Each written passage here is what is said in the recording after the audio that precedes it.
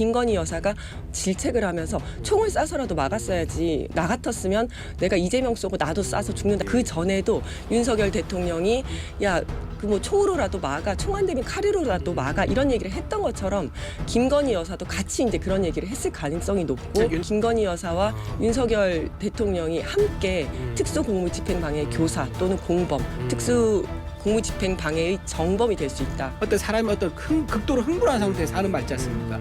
이런 말이 전부 다 실행력 있다고 판단되는 건 아니에요. 탄핵 소추안에서 동일성의 원칙 위배된 거 아니냐. 내란죄가 철회한 부분. 그러면 헌재 입장에서는요. 짜장면을 시켰는데 단무지만 갖고 얘기를 해라. 이제 이런 상황이 돼버린 거예요. 절차 하자가 있다. 12상 이제 비상계엄 선포할 때 왜 방조했느냐. 그렇다고 하면 민주당 의원들은요. 비상계엄 선포 해제할 때 그때 불참한 의원들이 있어요. 그럼 그분들도 방조 책임을 물을 것이냐. 그러니까 거꾸로 되묻고 싶고요. 예.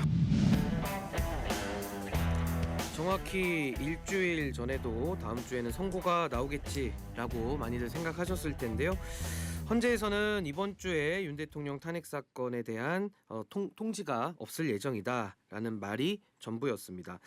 그래서 이번 주말에도 긴장감 가득한 시간을 보내게 됐는데요. 오늘은 이와 관련해서 이준우 국민의힘 대변인하고 또 이지은 더불어민주당 마포갑 지역위원장과 함께 그 여러 가지 쟁점들에 대해서 함께 이야기 좀 나눠보겠습니다. 두 분 스튜디오에 나와 계시는데요. 안녕하세요. 안녕하세요. 네, 안녕하세요. 예, 두 분은 좀 오늘 처음 토론을 하시는 거라서 네, 처음 만납니다. 예, 네, 많은 네. 청취자분들께서도 이 호흡을 한번 좀 기대하고 계실 것 같습니다. 자, 그러면 벌써 한번 본격적으로 들어가 보겠습니다.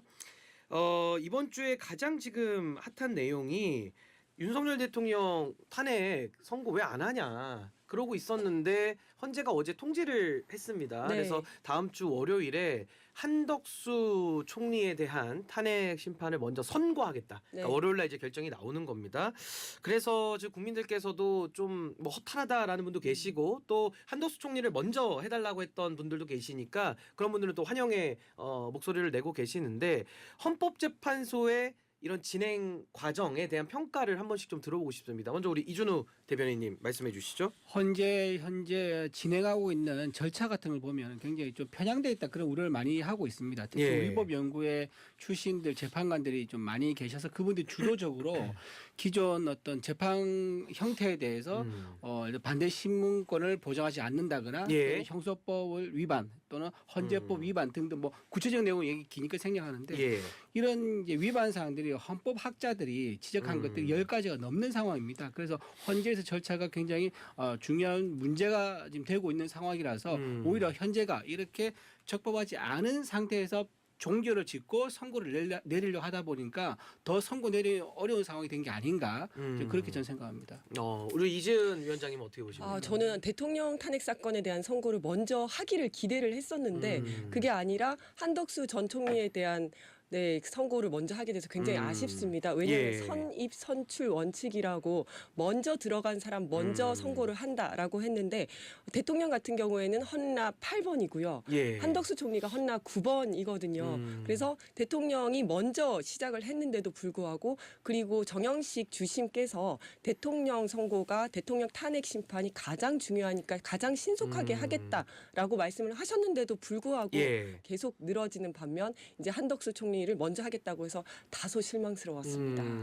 그러니까 이준우 대변인께서는 헌재가 좀 그동안 편향돼 있다라고 주장을 해오셨는데 지금 헌재가 내리는 결정에는 또 동의를 그렇죠. 그거는 동의합니다. 예, 당연히 그럼 그래야죠. 헌법재판소는 일단 지금은 뭐 다 양 당사 지금 또 이제 네. 이재훈 위원장 쪽에서 아쉽다는 말씀을 또 하시니까 그게 좀 편향된 거랑 제가 아까 좀 연관지어서 말씀을 좀 드려봤고 그럼 한 총리 탄핵 심판 결과를 좀 궁금해하시는 분들이 많으신데 네. 이재훈 위원장님은 또 법률가시니까 어떻게 좀 예상을 하십니까? 저는 뭐 예측하기는 어렵겠지만 조심스럽게 인용 의견. 탄핵 인용 네, 파면이죠, 파면. 파면이죠. 예. 이유는요? 합니다. 이제 뭐 5가지 사유가 있는데요. 그 중에서 소추 사유 중에서 저는 2가지에 주목을 하고 있습니다. 첫 번째는 헌법재판관 임명을 거부한 것인데요. 국회에서 선출된 3명의 헌법재판관에 대해서 임명을 거부하지 않았습니까? 그런데 최상목 대행과 관련해서 헌재는 이미 최상목 대행이 마은혁 재판관을 임명하지 않은 것에 대해서 위헌이라고 결정을 했습니다. 예. 그런데 한 명에 대해서 그 임명하지 않은 것도 위헌인데 이 한덕수 전 총리는 3명에 대해서 임명을 하지 않지 않았습니까? 예. 그러니까 그리고 원조죠, 원조 미임명. 그래서 이 부분에 대해서는 위헌 결정이 나지 않을까 생각을 하고요. 또 한 가지 관심이 있는 부분은 이제 한한 공동 국정을 운영하겠다라고 한 부분인데요. 예. 계엄 이후에 윤석열 대통령에 대한 어떤 사퇴 요구가 거세지자 이제 한덕수 총리, 한동훈 여당 대표가 담화문을 발표를 했습니다. 예. 대통령 대신에 여당과 국무총리가 공동으로 국정을 운영하겠다 이렇게 발표를 한 건데요. 근데 그때는 대통령이 탄핵이 된 것도 아니고 버젓이 살아 있는데 대통령을 배제하고 자신들이 국정을 운영하겠다라고 이야기를 한 거거든요. 그런데 이제 법에 따르면 국무총리는 대통령이 사고 또는 거리되었을 때만 권한대행을 할 수 있는 거지 이렇게 자기가 마음대로 할 수 있도록 되어 있지가 않아요. 예. 그래서 이거는 헌법 위반이고 네, 국민 주권주의, 대의민주주의 뭐 이런 것들 위반이기 때문에 이 부분에 대해서도 위헌이 나올 가능성이 높다라고 생각을 하고 인용 있습니다. 가능성이 높다 이렇게 네, 보셨고 네. 이준호 대변인은 결과 어떻게 예상하십니까? 저는 기각으로 예상하고요. 일단 예. 가장 큰 이유가 한덕수 이제 권한 대행 탄핵 시킬 때 정적수 문제입니다. 지금 헌재에서 지금 2015년이죠. 3년간 예. 헌법학자 10명에게 의뢰를 맡겨가지고 만든 보고서가 있어요. 헌재 추적서인데 거기에 따르면 대행에 대한 탄핵 정적수는 200명이다. 대통령과 똑같이 해야 된다고 분명히 그러니까 나와 제적 있습니다. 200석. 그렇죠. 예, 예. 예. 그렇다 그러면 그 논리를 깨거나 논리를 뛰어넘는 새로운 어떤 근거가 나와야 되는데 그거를 만들기 어렵다. 그래서 실제로 들리는 말로는 헌재 재판관 중에서 3명이 이 문제를 집중적으로 제기를 하고 있다라고 얘기가 들리고 있습니다. 또 하나 말씀드리면 탄핵 소추안에서 동일사격 원칙 위배된 거 아니냐. 그러니까 소추안이 그대로 넘어갔는데 그게 그대로 심기가 된 게 아니라 내란죄가 철회한 부분 한덕수 권한 대행에 대해서 내란죄를 다투지 않겠다고 얘기를 했단 말이에요. 그러면 헌재 입장에서는요 짜장면을 시켰는데 단무지만 갖고 얘기를 해라. 이제 이런 상황이 돼버린 거예요. 예. 그러니까 본질을 다투지 않는 이 문제에 대해서는 절차 하자가 있다라고 좀 말씀을 드리고요. 또 내용적에서 말씀을 드리면 12상 이제 비상계엄 선포할 때 왜 방조했느냐 이제 이런 식으로 책임을 묻는 거거든요. 예. 그렇다 그러면 민주당 의원들은요 비상계엄 선포 해제할 때 그때 불참한 의원들이 있어요. 그럼 그분들도 방조 책임을 물을 것이냐 이렇게 거꾸로 되묻고 싶고요. 예. 헌재 재판관 임명 거부 문제는요. 지금 최상모 대대행도 헌재 재판관을 지금 40여 재판 임명 안 하고 있습니다. 근데 지금 탄핵 소추 안 하고 있어요. 이런 형평성에 맞지 않는 거죠. 그래서 탄핵 소추를 할 때는 전부 다 동일하게 적용시켜야 되는데 정치적으로 판단해서 누구는 하고 누구는 안 하고 이제 이런 문제가 있어서 헌재에서는 기각할 가능성이 높다고 봅니다. 그러니까 뭐 만약에 절차 문제를 삼는다고 하면 이제 각하가 나올 가능성도 있겠죠. 절차 네, 문제라면은 그건 뭐 이제 헌법재판소의 그 결정 분포 요걸 좀 8명의 결정을 좀 지켜봐야 될 것 같고 그리고 지금 헌법재판소에서 이제 윤석열 대통령 이 탄핵 그러면 선고를 언제 하느냐 이게 굉장히 지금 또 초미의 관심으로 네. 이어지고 있는 건데 그럼 이제 한덕수 총리를 먼저 하는 것까지는 또 결정을 했습니다. 그럼 이제 그 다음 과정을 우리가 좀 생각을 좀 해봐야 될 것 같은데 네. 언제쯤 윤석열 대통령 탄핵 심판은 선고할 걸로 보세요, 우리 이준호 대변인님? 저는 4월로 예. 갈 것 같아요. 4월 초 중순까지도 갈 수 있겠다.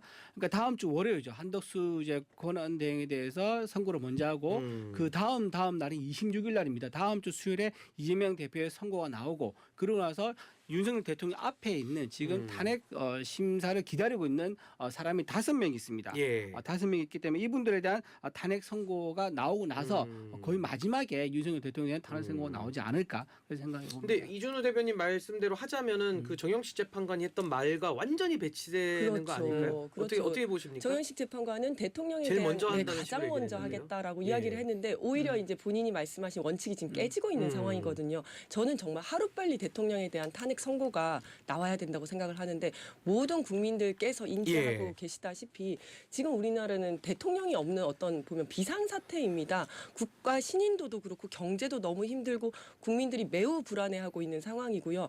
정말 국론이 완전히 분열이 되어 있어서 뭐 지금 윤석열 대통령 지지자 분들도 이제 돌아가신 분도 계시고 민주당 당원도 한 분이 돌아가시고 또 이제 뭐 단식하시는 분들이 벌써 10일이 넘어서 그 건강도 굉장히 지금 위험한 상황이고 이런 상황입니다. 그런 상황에서 이제 헌재 앞에서 또 야당 의원에 대한 테러 행위도 있었고요. 예. 이런 것들을 빨리 종식시키고 다시 대한민국이 제대로 나아가기 위해서는 어쨌든 대통령 탄핵에 대한 이 뭐 가부가 빨리 결정이 되어야 된다. 저는 이렇게 생각합니다. 제가 좀 말씀드리면 예. 정치재판관이 말한 빨리 하겠다 지 않습니까? 이건 예. 사실 제일 빠르게 한 건 맞아요. 무슨 말이냐면 윤석열 대통령 변론은 지금 11번이 11번 열고 종결까지 했습니다. 근데 지금 다른 분들은요. 최근에서야 이제 열고 그것도 딱 한 번 열고 종결한 경우도 있는 거예요. 예. 자, 이런 식으로 따지면 심리는 가장 빨리 한 게 맞죠. 제일 집중적으로 해서. 근데 선고를 빨리 내리겠다 그 취지는 아닌 거예요. 왜냐하면 대통령에 대한 판단이 사안이 중요하니까 예. 빨리 심리를 열어서 사실관계 따지는 거 여기 대해서는 빨리 하겠다 맞는 거죠. 하지만 선거에 대해서는 그 심리한 결과를 두고 심사숙고의 수기를 거쳐야 예. 되거든요. 그러다 보니까 결과까지 빨리 내겠다 그런 취지라고 볼 수 없을 것 같아요. 그건 아닌 것 이준 같아요. 위원장님 말씀하시죠. 네. 예. 왜냐하면 정영식 재판관이 빨리 하겠다라는 것은 결정을 빨리 하겠다. 왜냐하면 본인들이 심리를 빨리 하고 평일을 길게 막 1년쯤 하면 그거는 우리 국민들한테 아무 의미가 없는 거거든요. 결과가 빨리 나와야지. 예. 그다음 뭐 만약에 기각이 되면 다음 빨리 국면으로 또 그럼요. 넘어갈 수 있으니까. 맞습니다. 네. 예. 아니 근데 뭐 이거는 길게 토론할 필요는 없는 게 노무현 대통령 63일, 박근혜 대통령 91일. 또 훨씬 길어지고 있는 거는 네, 사실이기 네. 때문에 이거는 뭐 국민 청취자분들께서 평가를 하시면 될 것 같습니다. 자, 그럼 최상무 권한대행 얘기를 좀 해볼 것 같은데요. 그러면 주제를 좀 네. 바꾸겠습니다. 오늘 김성훈 경호처 차장 그리고 이광우 본부장에 대한 이제 영장 심사 실질 심사가 이제 오늘 열리는데요. 네. 근데 구속영장 청구가 됐습니다. 이것도 배경을 좀 말씀드리면 검찰이 경찰의 신청을 3번 거부를 했고 네. 그 다음에는 영장심의위원회라는 외부 기관에서 영장 청구해야 된다라고 하니까 이번에 서부지검에서 영장 청구를 한 거거든요. 그러니까 4번째 만에 이루어진 건데요. 이거 관련해서 최근에 좀 충격적인 보도가 나왔는데 김건희 여사가 윤석열 대통령이 체포되던 날에 경호처에 와가지고 뭐 총으로 써서라도 좀 막지 그랬냐 네. 뭐 이런 식의 좀 과격한 발언을 했다라는 것이 영장 청구서에 지금 기재가 돼 있다고 합니다. 그래서 요런 사안들이 영장 심사에 좀 영향을 어떻게 미칠지가 좀 궁금하거든요. 이거는 이재훈 위원장이 먼저 말씀하시죠.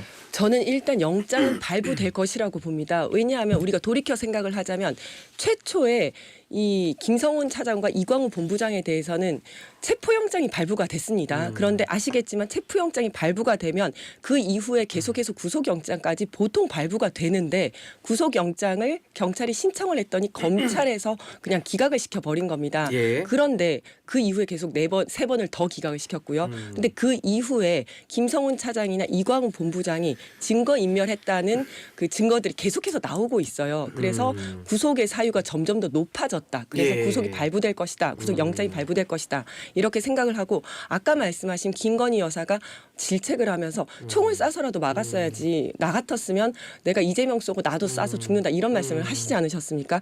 요거는 정말로 김건희 여사 자체도 특수공무집행방해의 공범, 교사범일 가능성이 높다라고 생각을 하는데 당시에는 윤석열 대통령에 대한 1차 체포영장이 발부된 지 16일 만에 체포가 되었는데 그 직후에 총 가지고 다니면 뭐하냐 이런 얘기를 했는데 그 전에 이런 말을 안 했을까라는 거에 대해서 굉장히 의심스럽거든요. 예. 그래서 그 전에도 윤석열 대통령이 그 뭐 총으로라도 막아, 총 안 되면 칼으로라도 막아 이런 얘기를 했던 것처럼 김건희 여사도 같이 이제 그런 얘기를 했을 가능성이 높고 윤 대통령의 그 얘기했다라는 게 보도가 된 적이 있었죠. 그렇죠. 그거는? 네네. 예. 그렇다면 김건희 여사와 윤석열 대통령이 함께 특수공무집행방해 교사 또는 공범, 공무집행방해의 정범이 될 수 있다. 저는 이렇게 그 생각합니다. 부분까지 열어놓고 수사해야 된다 이런 말씀이시고 우리 이준호 대변인은 어떻게 보십니까? 그 경호처장이 지금 사임을 했고 지금 경호차장 체제거든요. 예, 여기도 대행입니다. 대행이죠. 예, 이게 예. 경호차장 지금 대행 체제인데 이 상태에서 지금 대통령 관저에서 24시간 지금 머무는 상태에서 경호차장마저 만약에 구속돼 가지고 체포되거나 해버리면 경호처에 공백이 생깁니다. 그러면 예. 우리나라 지금 대통령이 복귀할지도 모르는 상황에서 대통령 최고의 국가 지도자를 경호하는 이 인력에서 관리라든가 지휘에 공백이 생긴다 그러면 예. 만약의 경우에 어떤 비극적인 사태가 생기는 거를 배제할 수 없는 거거든요. 그래서 제가 보기에는 좀 체포영장 이런 발부 이런 거는요 대통령의 어떤 신변의 어떤 이동이 불확실성이 정해진 다음에 정리가 된 다음에 좀 청구된 게 아니냐. 지금 김성훈 경호처장에서 불체포에 대한 얘기를 한 논리 중에 하나가 본인이 들어가게 돼버리면 대통령 신병에 대한 어떤 위험이 있을 수 있다라는 그 논리가 상당히 설득력 있게 재판부에 받아들여진 모양이에요. 예. 그래서 저는 아마도 이번에도 또 영장이 이게 기각되지 않을까 그런 생각합니다. 근데 만약에 뭐 요 논리대로 한다면은 체포가 그러니까 구속이 되고 대통령이 복귀를 만약에 한다면 네네. 그럼 뭐 인사를 다시 하면 되는 거 아닐까요? 그렇죠. 그렇죠. 그렇죠. 예. 대통령이 돌아오신 다음에 이제 다시 이제 임명을 해야 되는 그렇죠. 경우가 예. 되는 거고요. 그리고 총으로 공무집행 방해를 막을 공무집행 방해를 할 정도의 중범죄자라면 예. 이런 사람은 그냥 빨리 구속이 되는 게 낫지. 그리고 사법적인 판단을 받아야지. 이런 사람이 대통령을 경호하는 것 자체가 더 근데- 문제일 수 있죠. 근데 제가 좀 말씀드리면 이제 예. 요 말이 총 얘기한 거 있지 않습니까? 어떤 이제 재판 뭐 해보셔서 아시겠지만 다들 아시겠지만 어떤 사람이 어떤 극도로 흥분한 상태에서 하는 말 있지 않습니까? 이런 말이 전부 다 실행력 있다고 판단되는 건 아니에요. 또 이거는 판단을 또 해봐야 된다. 그렇죠. 그건 예, 다 예. 별개의 어떤 극도 흥분 상태에서 홧김에 나온 말은 의미가 없이 실행력이 없다 해가지고 판단이 안 된 것도 되게 많이 네. 있습니다. 그러니까 대통령 이제 영부인 입장에서는 어떻게 보면 자기 배우자이지 않겠습니까? 배우자가 이렇게 체포되는 그런 상황을 모습을 보면서 흥분해서 아마 그런 말씀을 아니, 근데 하신 게 대변인에게 아니겠는가 생각합니다. 오늘 좀 이렇게 뜨겁게 토론을 많이 해봤는데 마지막으로 하나만 짧게 여쭤보겠습니다. 안철수 의원의 발언, 이재명 대표를 향해서 목이 긁힌 뒤 쥐 죽은 듯이 누워 있었다 이런 표현을 좀 했는데 여기에 대해서 짧게 한 말씀씩만 듣고 마무리하겠습니다. 우리 이준호 대변인님 짧게 부탁드립니다. 이재명 대표가 지금 본인이 뭐 암살 위협받고 있다고 얘기하고 있지 않습니까? 그러면서 이제 최상목 대항에 대해서 몸조심하라고 협박하는 건 굉장히 잘못됐다고 생각하고요. 예. 본인이 지금 하고 있는 이런 언행들이 굉장히 조폭스럽다. 민주당에서는 박성재 장관에서 탄핵 사유 중 하나가 이재명 대표를 노려봤다는 건데 눈 깔어.